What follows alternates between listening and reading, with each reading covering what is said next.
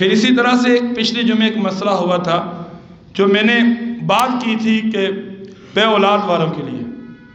قطعاً میری مراد کوئی عام انسان یا خاص نہیں تھا، واللہ جو اچھے لوگ ہیں وہ بہت اچھے اور اللہ کے راستے میں بے شمار پیسے دیتے ہیں، میری مراد وہ لوگ تھے جو غلط کاموں کے اندر مبتلا ہیں۔ اللہ تعالیٰ نے قرآن پاک کے اندر فرمایا کہ تمہارے لیے تمہارا مال اور اولاد فتنہ ہے، اس کو مراد نہیں ہر انسان واسطے،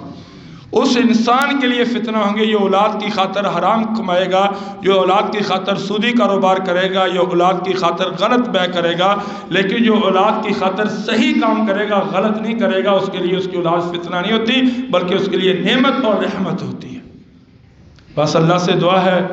اللہ تبارک و تعالی ہم سب کو اس طرح کی لعنت سے بچنے کی توفیق عطا فرمائے، رزق حلال کمانے کی